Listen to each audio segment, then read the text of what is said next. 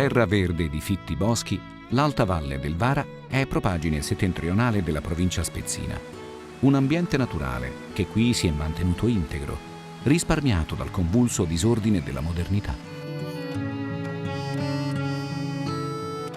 Dove già in antico si incrociavano vie che dalla costa del Tirreno portavano all'Emilia e alla Lombardia, sorge Varese Ligure, borgo fondato in età bizantina.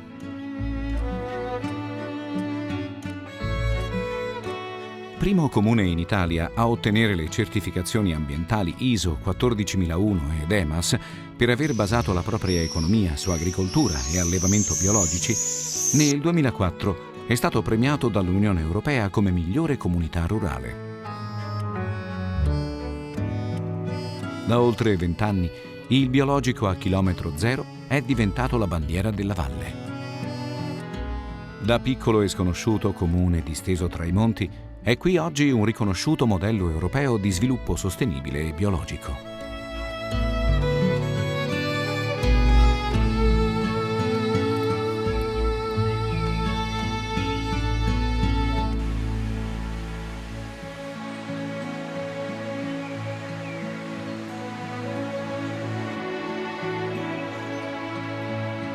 Anche la vita dei suoi abitanti è del tutto bio, di chi vi è nato, ma anche di chi ha deciso di vivere immerso in questo sconfinato oceano di clorofilla.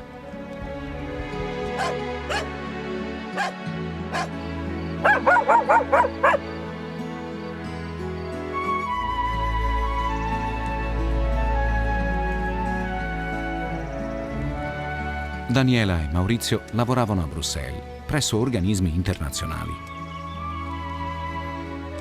Insieme hanno deciso di voltare pagina e nella frazione di Scurtabò hanno trovato la dimensione di vita che nella grande città a loro mancava. L'idea è nata dallo scopo di inseguire una passione per la natura, per la montagna, in parte anche per le erbe aromatiche, soprattutto per il confronto diretto, immediato col terreno e quello che il terreno ti può offrire.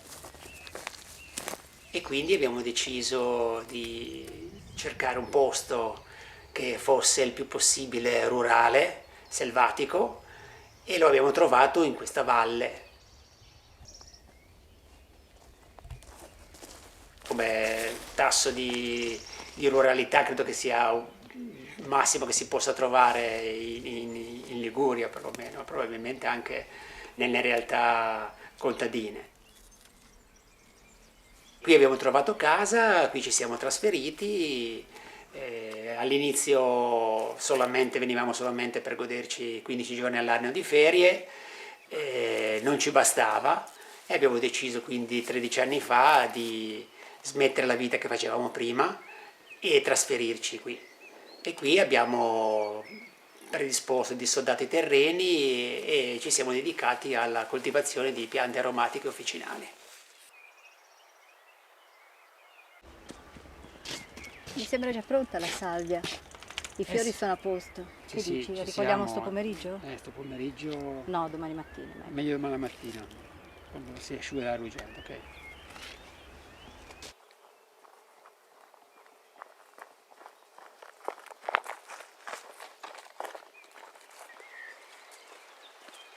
Il nostro mercato è la vendita diretta, sia in aziende, fiere alimentari, a qualche negozio o mercati. Un paio di giorni anche il team è pronto. Sì. Cosa fai? Pulisci? Finisco di pulire qua, tu magari vai a vedere giù. Vado a togliere le erbacce giù dall'origano io intanto. Okay. Le erbe aromatiche officinali, essendo umili, e questo noi lo apprezziamo come spirito, però hanno anche un prezzo abbastanza umile vendute all'ingrosso, quindi dovevamo completare il ciclo e cercare con la vendita diretta ad abbattere i costi per poter far marciare la nostra azienda.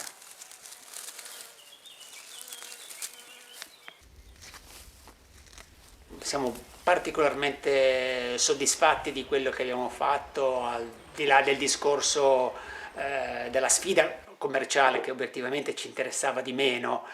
L'idea era quella di sincronizzare il nostro ritmo di vita con quello che ci piaceva. ci siamo riusciti, ci stiamo riuscendo, quindi quando ci svegliamo, quando andiamo a dormire, quello che facciamo ci viene imposto dalla natura, che è meglio che essere imposto da un'azienda, ecco.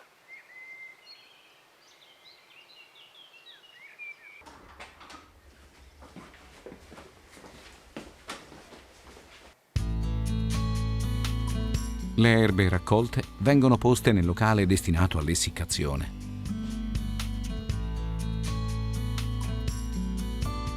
Sono poi conservate in recipienti di vetro affinché mantengano inalterato l'aroma.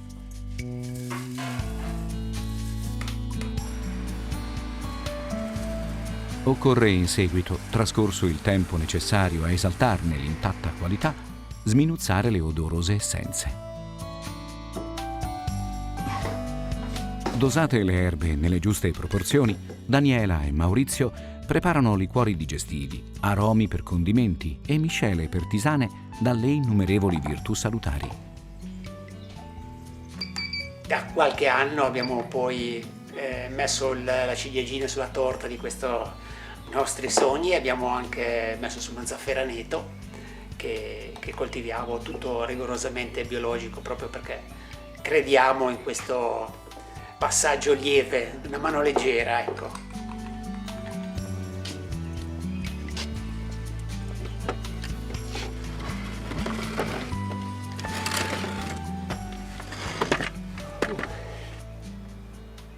Grazie. Ma è splendido. Sei proprio in paradiso. Sì, veramente. Una vista così? Infatti. La sognavamo, eh? A noi. A noi.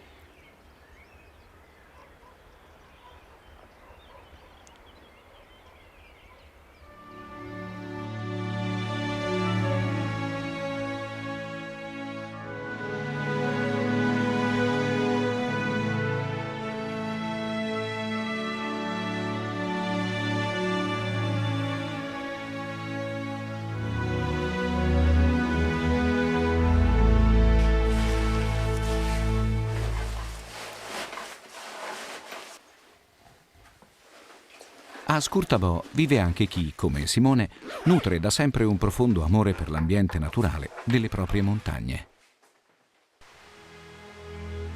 Fin da bambino percorre i sentieri più impervi della valle per raggiungere luoghi incontaminati, dove il silenzio è mormorio di acqua e di foglie.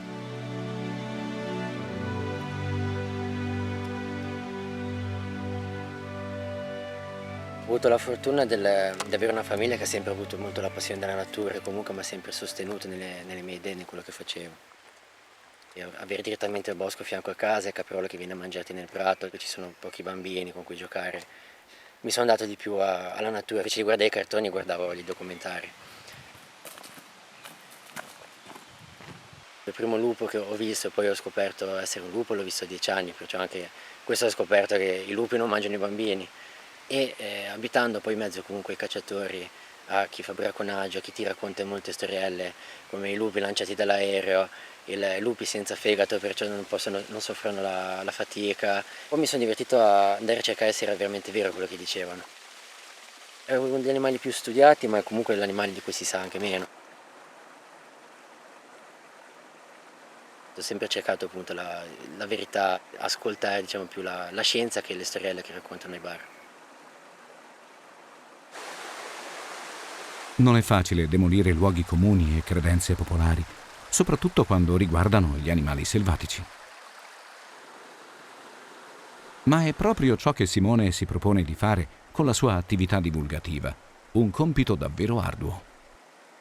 A me sono almeno 4-5 anni che faccio fotografia per cercare di trasmettere, di raccontare alle altre persone quello che provo. Perché a parole non sono mai stato, da bambino non parlavo e non sono mai stato molto bravo a parole. Allora con la fotografia riesco magari a raccontare di più un momento, cerco di raccontare un po' la difficoltà che ho avuto nel fotografare o nel cercare l'animale. La fotografia diciamo mi aiuta un po' a raccontare quello che non riesco a dire a parole.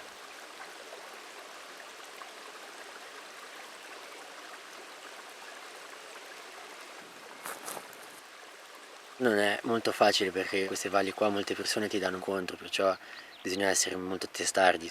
se hai una cosa in mente, se hai una passione, portatela avanti, ecco. Ogni giorno che rischio di prendere una fucilata da un bracconiere mentre vado a cambiare una fototrappola. E più volte ho rischiato di essere, diciamo, fucilato anche da questa gente qua, minacce e quant'altro, però anche se c'è, diciamo, molta di questa gente che cerca di bloccarti, se uno è veramente appassionato di qualcosa, secondo me puoi passare tranquillamente avanti.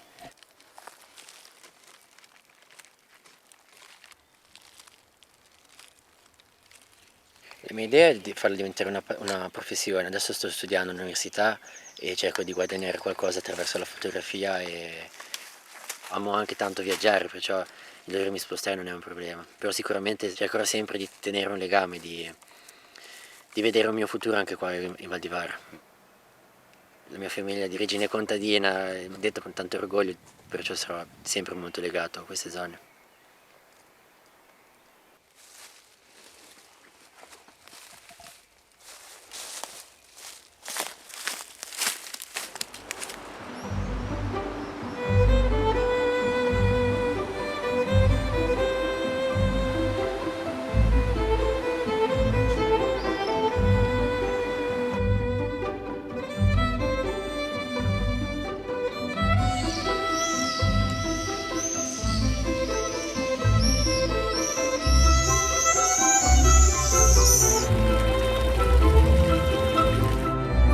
A Varese Ligure la tradizione si è mantenuta viva anche in cucina.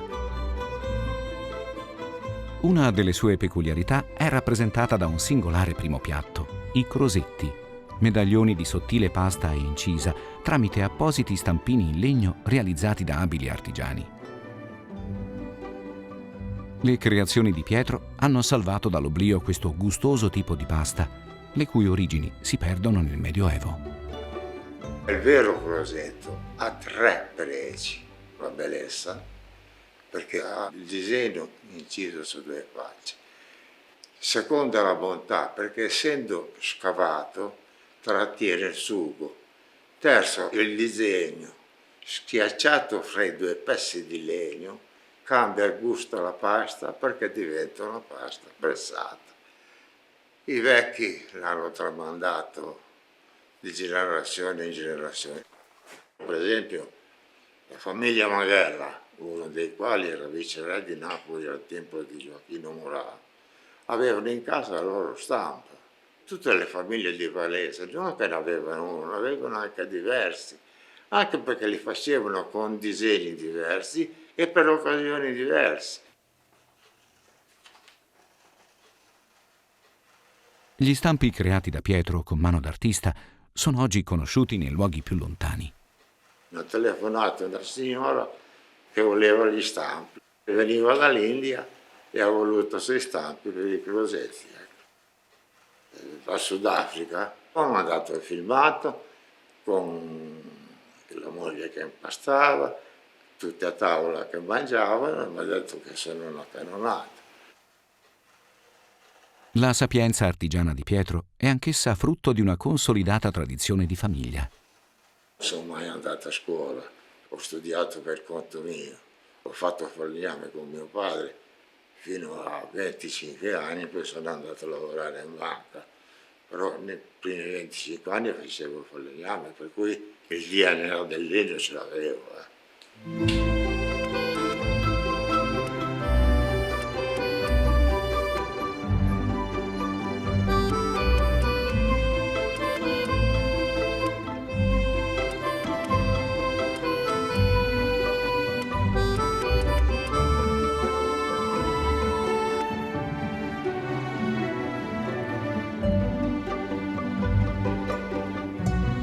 La preparazione dei crosetti è semplice e gli ingredienti sono quelli della normale pasta all'uovo, ma a Varese Ligure la loro preparazione è un vero e proprio rito.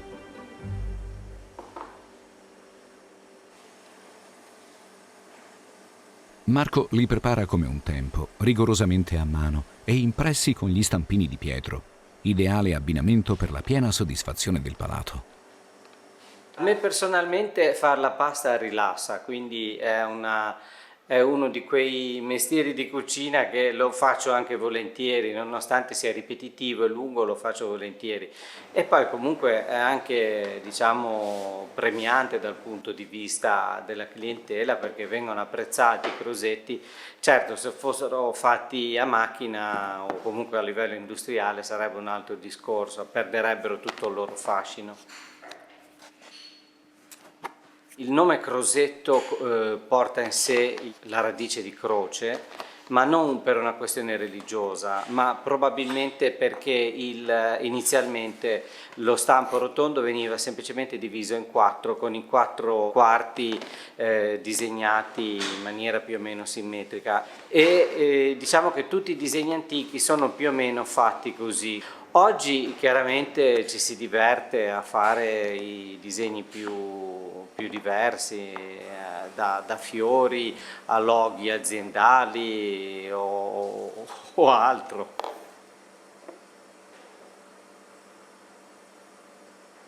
I crosetti sono sempre stati conditi con il tucco genovese, il tradizionale condimento a base di verdure, pomodoro e pezzi di carne che dopo la cottura vengono tolti. E noi preferiamo usare questo battuto di pinoli, che è un condimento diciamo un po' più leggero, che va bene per tutte le stagioni. Ricorda molto la Liguria perché i pinoli, la maggiorana, l'olio extravergine di oliva comunque sono tutti ingredienti classici liguri, diciamo che è apprezzato, quindi continuiamo a utilizzare questo. Il risultato è un primo piatto semplice, ottimo da gustare e bello da vedere.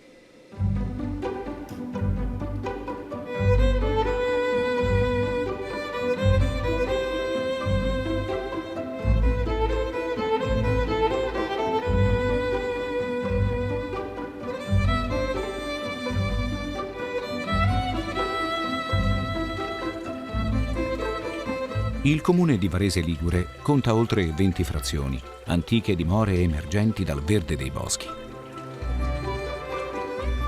Il minuscolo borgo di Porciorasco pareva destinato all'abbandono, quando Adriano De Laurentiis, pittore e scultore affermato, prese qui dimora insieme alla moglie Elisabetta, attratti entrambi dalla bellezza del luogo e dalla pace che infonde. Alla scomparsa del marito, Elisabetta non ha voluto lasciare il borgo, divenuto anche per lei, pittrice a sua volta, fonte perenne di ispirazione. Questa la metto qui come segnalibro, perché qui c'è un libro che vorrei rivedere. In realtà questa sezione è tutta di libri spirituali, li tengo tutti insieme per avere un ordine mentale. È molto importante che nella mia mente ci sia lo schema di questa piccola biblioteca, come la chiamo io. Cioè io devo sapere dov'è un libro, altrimenti mi sento perduta, perché un libro ha fatto parte della mia vita, contiene le mie note, un pezzettino di cronaca della mia vita.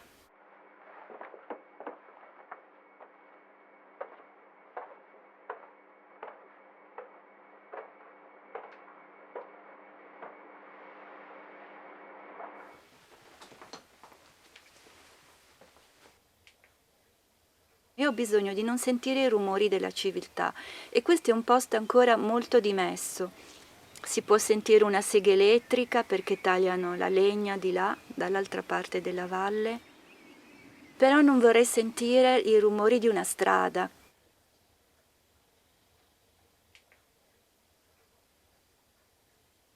La sensibilità e il gusto di Elisabetta hanno creato un ambiente domestico caldo e accogliente, arricchito anche dalle opere che lei stessa ha creato.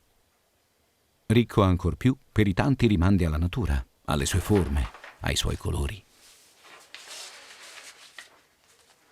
Non so perché sono attratta dalla natura in questo modo e passeggiando mi colpiscono alcuni dettagli, una ghianda, dei germogli, come sono fatti i fiori, la struttura delle cose.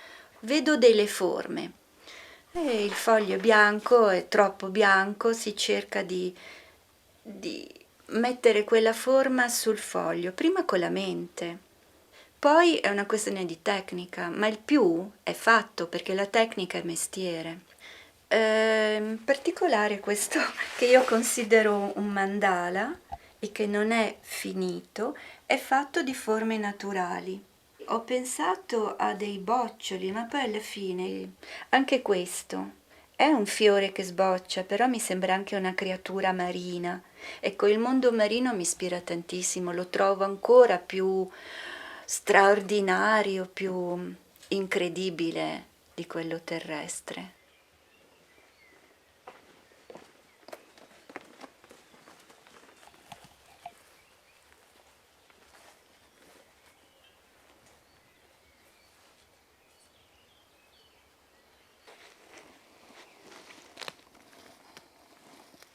Ci sono delle scelte nella vita che sono talmente meditate ma anche contingenti. Io non potevo più restare a Chiavere, avevo uno sfratto, eccomi qua.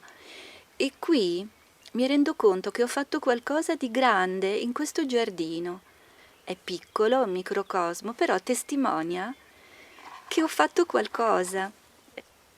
È una testimonianza così vivente. È bello anche d'inverno, ma ora canta.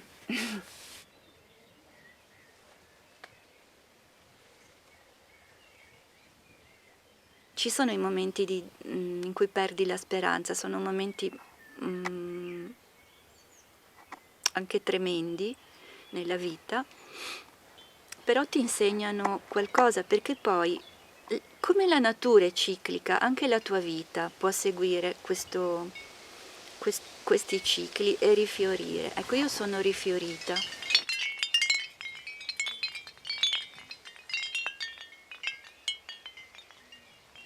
Divenuto il luogo dell'anima, difficilmente Elisabetta potrà abbandonarlo. Dovrebbe diventare troppo gremito di persone e di un turismo mordi e fuggi. Ecco, questo ho visto girando tanti centri in cui le persone vivono la loro vita così in casa, ma sono circondati da questo turismo, in questi paesini di moda. No, questo non mi piacerebbe, penso che lo lascerei, sì, lo lascerei.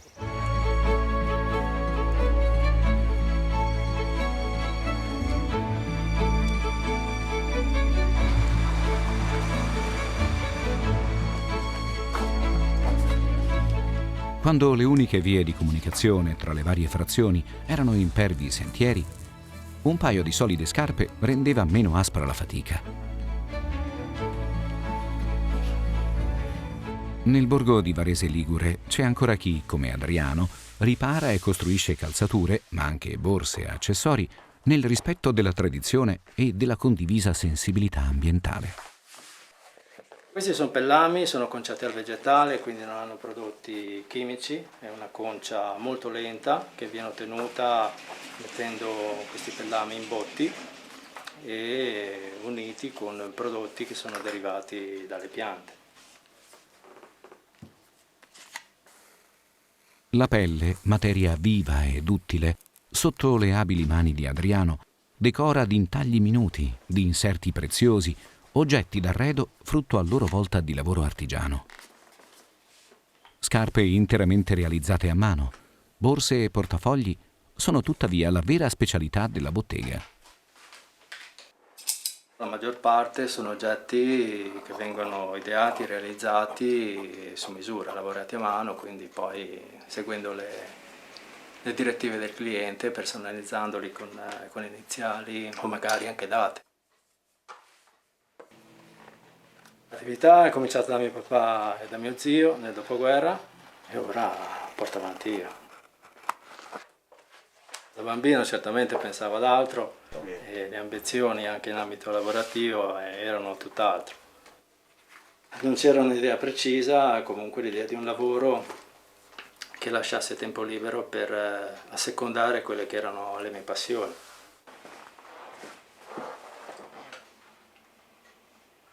Poi però insomma ho cominciato, mi sono appassionato, sono riuscito a metterci del mio e ora mi appassiona molto e mi diverte. Tempo libero, insomma, non ne rimane molto, soprattutto poi se si vuole cercare di, insomma, di realizzare un qualcosa di nuovo.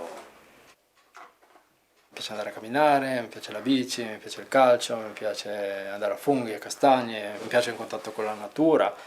Però poi a me le cose piace anche cercare di farle bene, quindi se so che io vado da un'altra parte, trascuro questa e alla fine all'altra posso comunque dedicare un poco tempo e non riesco a essere contento né dell'una né dell'altra, allora finisco per convogliare tutto in un settore. Invece bisognerebbe cercare di fare di tutto, perché poi comunque anche una vita più dinamica vuol dire salute. Gli strumenti che usa Adriano sono quelli antichi e tradizionali del mestiere. Martelli da ciabattino, trincetto, lesina, filo robusto. Ma soprattutto creatività e passione, strumenti più di ogni altro necessari. Cerco di stare molto concentrato su quello che sto facendo e poi naturalmente c'è sempre già un qualcosa che frulla in testa e quindi la mente va oltre, si cerca già di vedere quello che sarà il prossimo oggetto, insomma.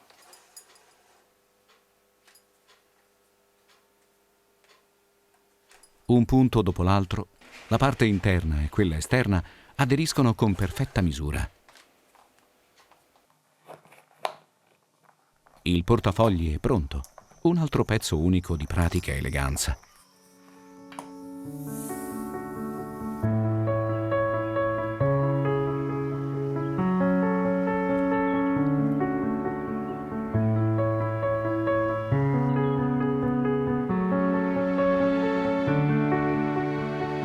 L'Alta Valle del Vara è uno straordinario contenitore di biodiversità. Il suo ambiente naturale è quello un tempo comune a tutte le zone rurali d'Italia. È testimonianza di ciò che si è perduto e ancora si rischia di perdere. Nella frazione di Caranza esiste da decenni un'azienda agricola votata al turismo equestre. Qui i cavalli trascorrono la loro intera esistenza in felice libertà. Fondatori dell'azienda furono Lucia e il marito, ma ora è il figlio a tenerne le redini. Questa azienda esiste da molti anni. A livello così di equitazione e di turismo equestre, l'attività è iniziata negli anni 70, però i cavalli ci sono praticamente sempre stati, perché era un po' la passione di mio suocero e di mio marito. Poi, diciamo, da questa passione è nato un lavoro praticamente, quindi è stato agriturismo e sempre comunque tutto improntato sul cavallo. Si fanno passeggiate, però si fa anche equitazione di base proprio per preparare le persone che non sono mai andate ad affrontare questi percorsi. Qui siamo sotto l'Alta Via dei Monti Liguri, per cui ci sono dei percorsi da fare stupendi anche di più giorni, però ci vuole un po' di preparazione e quindi qua si lavora, si fatica, si suda. Facciamo tutto in casa, non è che siamo dei campioni, non facciamo gare, non facciamo raduni, però i cavalli li alleviamo, nascono qua da noi, crescono qua e poi ce li prepariamo per fare questo tipo di attività e sono comunque molto affidabili, vivono fuori, hanno tanto spazio, sono animali tranquilli.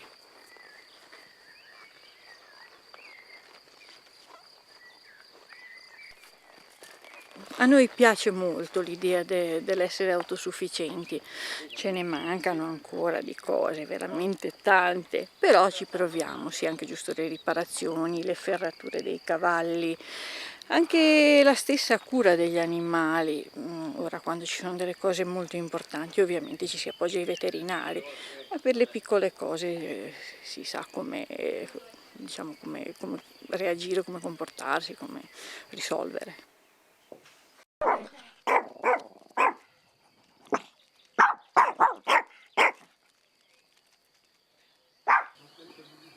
Da circa 2 anni mio figlio ha iniziato a coltivare il peperoncino e vorrebbe farla diventare una specializzazione di questa azienda.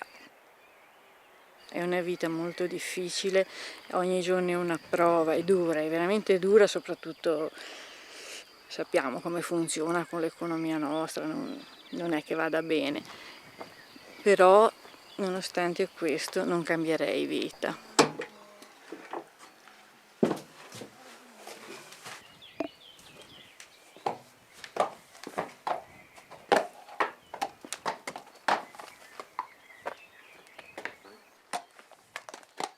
È il momento per Massimiliano di andare a controllare i cavalli al pascolo. Una distesa erbosa, posta su di un altopiano stretto tra due valli incontaminate.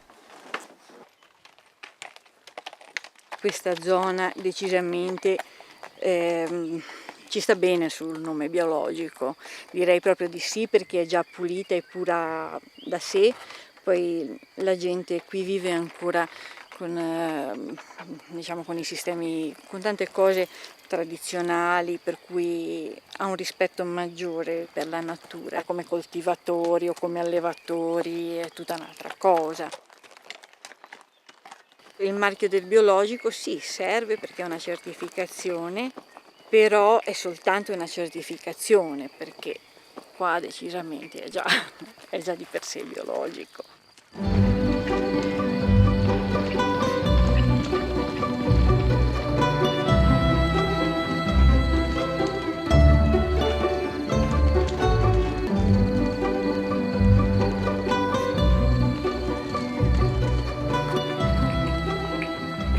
La prima volta che sono arrivata qua era come se fossi arrivata a casa, in un posto conosciuto da sempre, perché qualcuno lo definirebbe isolato da tutto. Invece io lo sento al centro del mondo, perché intorno ho tutto quello che desidero avere, proprio lo spazio, la natura, gli animali, tutto quello che io voglio. Dai, su!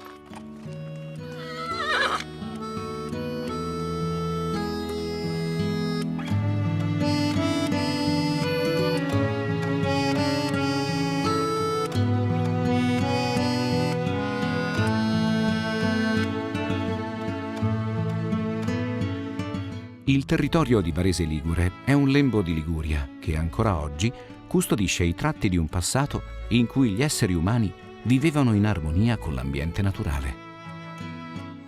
Gli abitanti del borgo e della valle mantengono l'amore per la terra dei loro padri. Qui il marchio Bio non identifica solo un territorio e le attività che vi si svolgono, ma anche le persone che lo abitano. L'esempio di questo luogo antico dimostra oggi, con i fatti, come lo sviluppo sostenibile sia una scelta economicamente e socialmente conveniente, che possa essere un esempio per tutti.